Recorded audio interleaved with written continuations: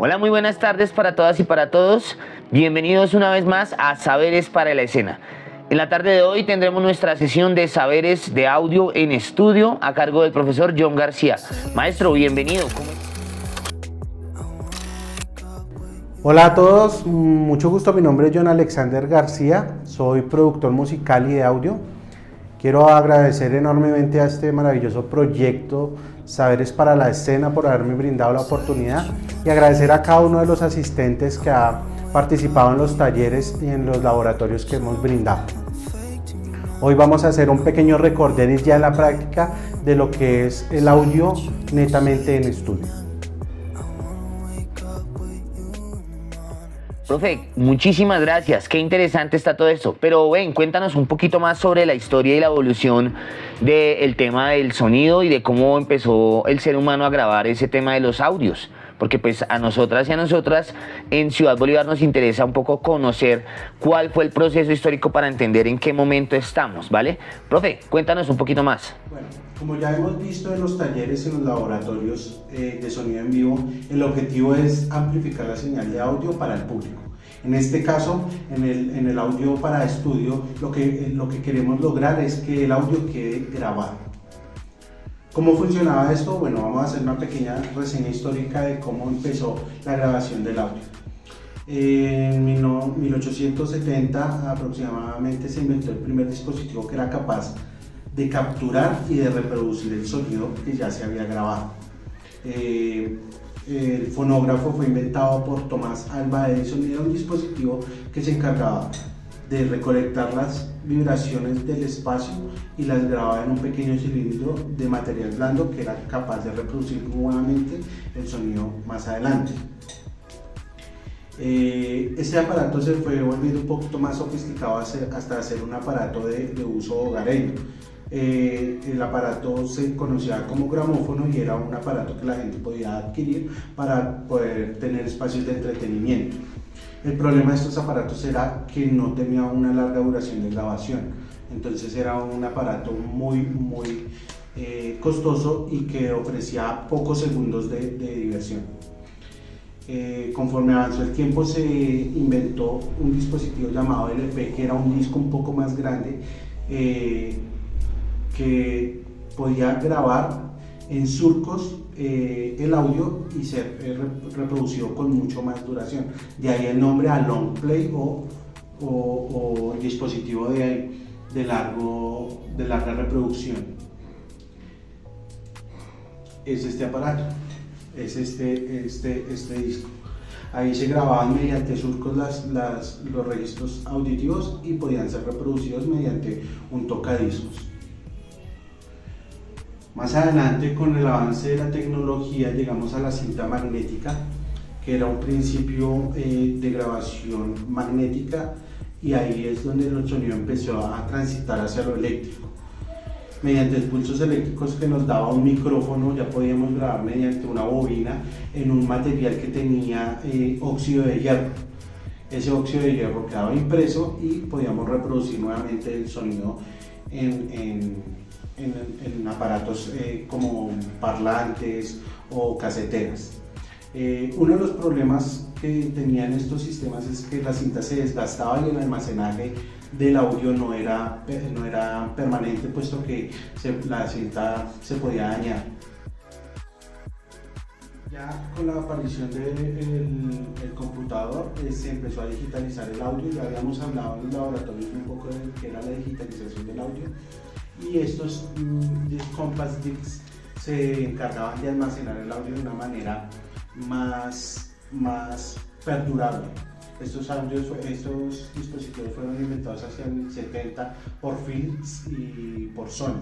Y ahora, hoy en día, con la aparición de los computadores discos duros, ya tenemos la posibilidad de guardar infinitamente y muchas copias de un archivo sin que se desgaste en los discos duros de nuestros computadores. Maestro, muchísimas gracias, qué interesante todos estos aspectos históricos, todas estas fechas para entender en qué momento y cuándo es que evoluciona y darnos cuenta que aún continúa evolucionando el tema de la captura del sonido y de la reproducción. Hoy en día, por ejemplo, tenemos el streaming y todo eso.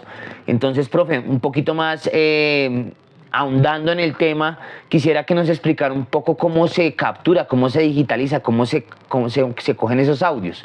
¿Nos puedes explicar un poquito más? Bueno, en este fragmento vamos a ver los elementos básicos para poder hacer una grabación.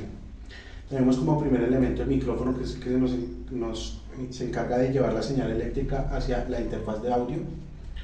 Tenemos la interfaz de audio, que es un dispositivo encargado de convertir la señal eléctrica a información informática. Y tenemos un software de grabación, que es el que se encarga de almacenar en el computador todos los archivos de audio que nosotros estamos grabando. Esos son los elementos principales. Este ya es un monitor de audio, que es el que se encarga de dejarnos escuchar cómo está quedando grabado el audio. Es muy importante monitorizar todo el tiempo lo que estamos grabando para saber cómo está quedando. Es como los fotógrafos que ven la foto cuando la han tomado para saber cómo quedó la foto.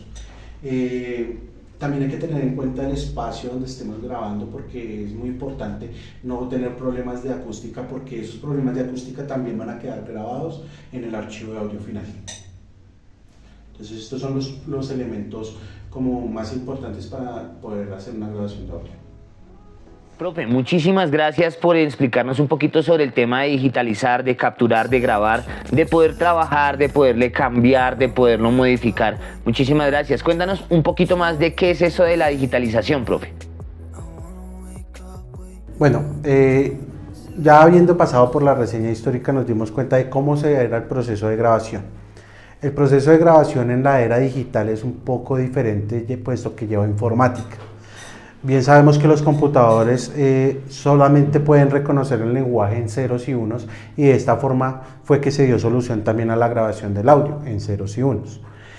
Como bien sabemos, una onda sinusoidal, que es redonda, no puede ser representada de forma infinita en un computador, y tiene que ser representada por muestras. A esta unidad de muestras se le llama sample rate, y lo que nos indica es que por intervalos de tiempo va a tomar su muestra. Aquí podemos ver una señal analógica que es totalmente redonda, pero digitalmente la representación nunca nos va a quedar redonda, puesto que solamente tenemos dos valores de representación en un computador, que es un 0 y un 1. Este es el reloj de muestreo, esta es la frecuencia, y esta es como la onda representada digitalmente. Esto es haciéndole un zoom inmenso a la onda, a la imagen que nosotros tenemos, o a la onda que nosotros tenemos. Voy a hacer la analogía como ya se los venía explicando en los talleres, en los laboratorios. Es como una imagen en píxeles. Entre más píxeles tengamos, más definición vamos a tener de la imagen, y entre menos píxeles, obviamente menos definición. En el audio pasa exactamente lo mismo. Entre más sample rate, o entre más muestras por segundo yo pueda tomar de la señal eléctrica, de la señal analógica, mayor fidelidad de audio voy a tener. Esto es en cuanto a la toma de muestras. Una vez el computador toma esas muestras, necesita darles un valor. A eso se le llama la cuantificación, que es decir que le tiene que dar un valor a esa muestra que acabo de tomar. Entonces lo mismo pasa con los píxeles. Entre más rango tengamos de valores que le podamos asignar a esa muestra, mucho mayor va a ser el control en volumen que le vamos a poder dar a ese audio en general. Digamos que esta es una forma básica de cómo funciona la digitalización y qué es lo que hace este aparato internamente para llevarnos de la onda sinusoidal redonda a una onda representada en ceros y unos.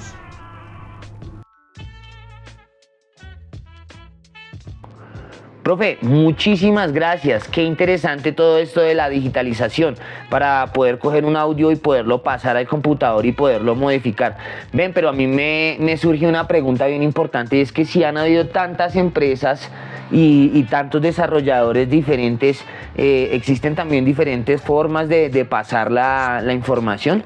Por ejemplo, hoy en día se escucha mucho del MP3, pero ¿qué significa eso, profe? Cuéntanos un poquito más.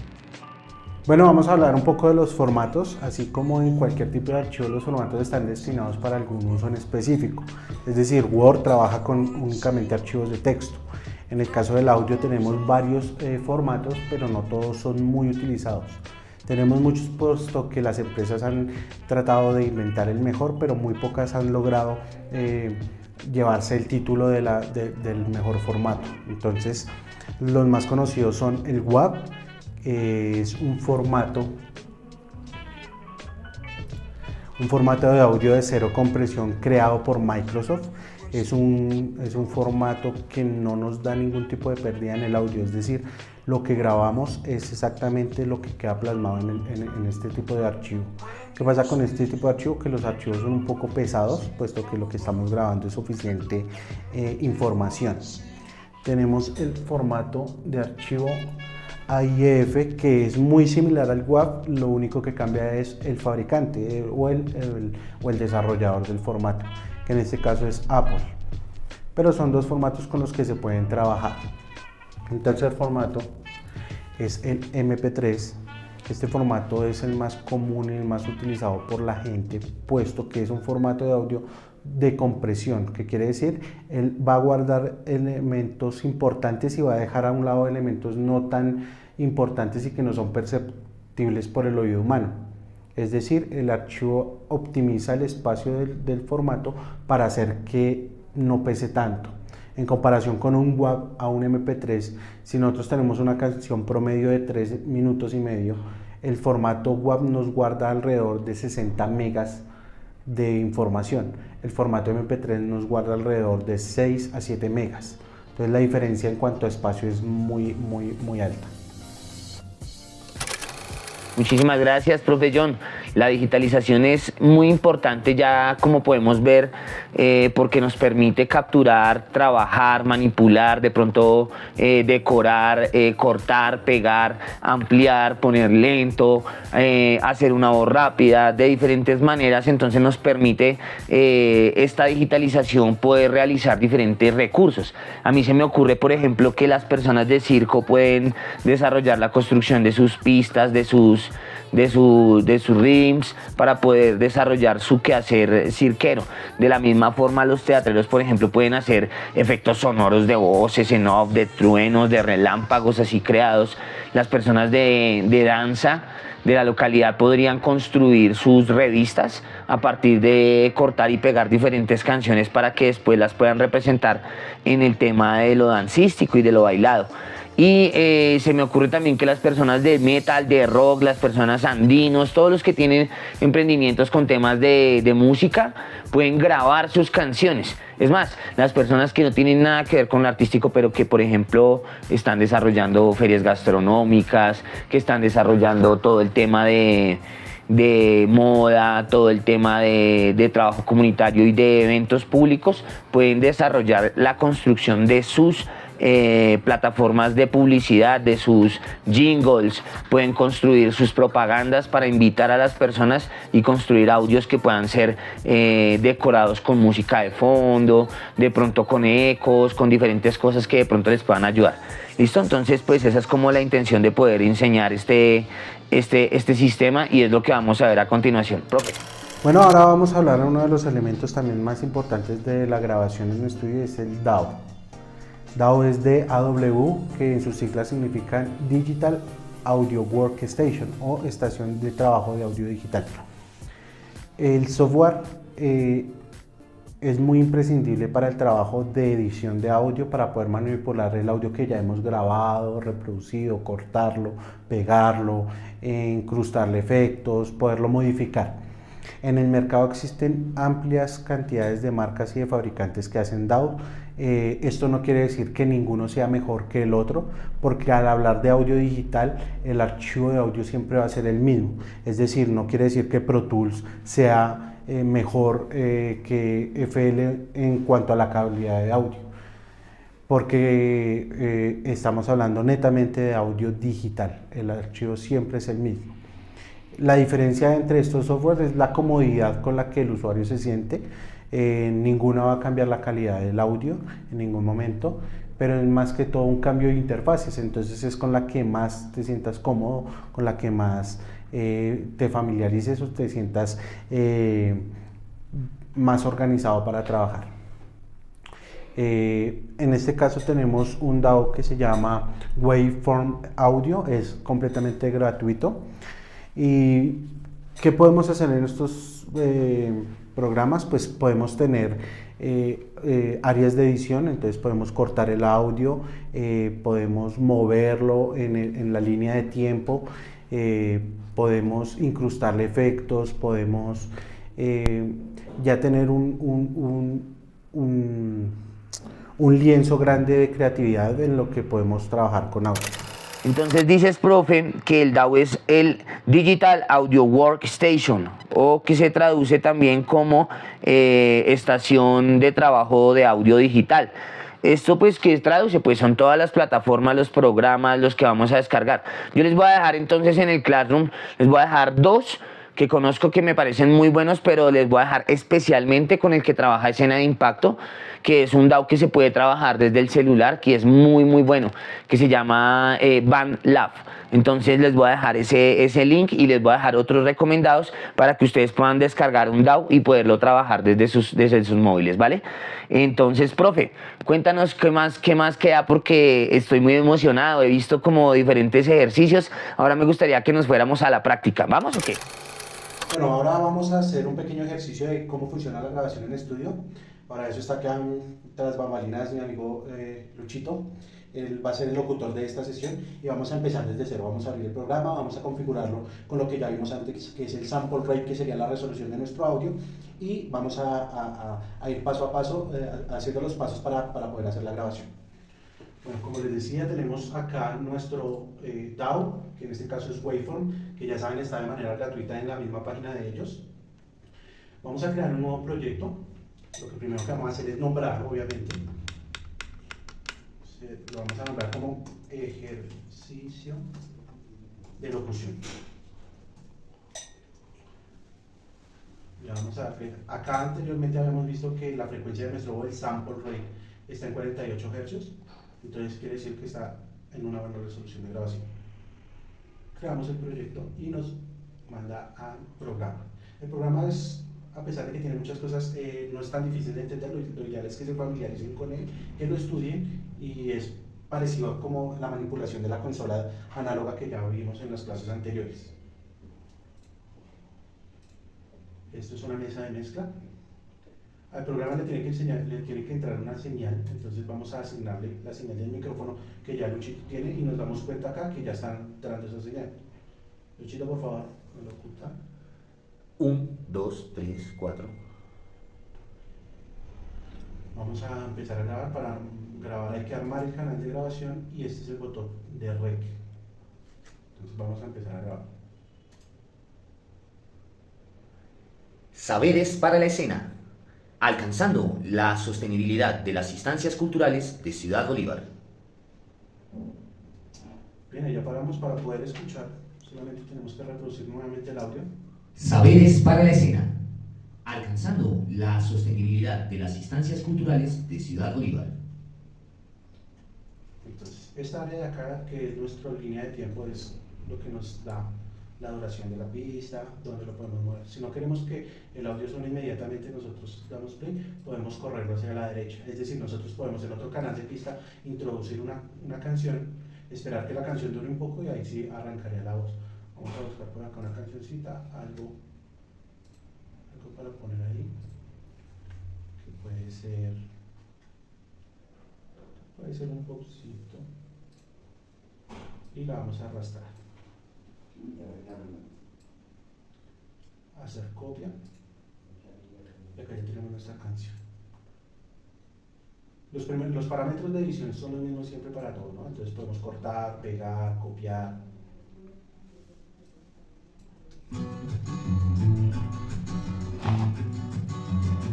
Vamos a dejarlo acá, y acá vamos a bajar el volumen de esto en el momento en el que entre la voz.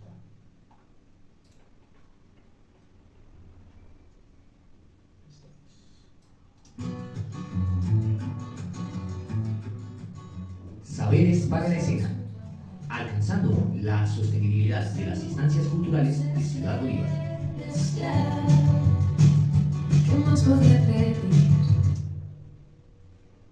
Y ya depende de la creatividad de cada uno de nosotros, podemos usar el software de la mejor manera. Muchísimas gracias, le damos las gracias al profe John García, también le damos las gracias a todos ustedes desde sus hogares, desde sus dispositivos, televisores, computadores, desde donde sea que nos estén en este momento viendo. Es muy importante para nosotros que ustedes nos acompañen, que llenen la asistencia y pues que sigan esta secuencia que viene de... Entonces vamos a hacer una pequeña reconstrucción. Venimos de los saberes humanos a los saberes escénicos. Ahora estamos en este momento culminando la parte de saberes en sonido y vamos a ir a continuación entonces a los aprendizajes que tienen que ver con las estéticas de la luz. Entonces, para que no se pierdan esta secuencia de saberes para la escena. Muchísimas gracias. Recuerden que quedaron con el profesor Luis Rojas. Chao, chao.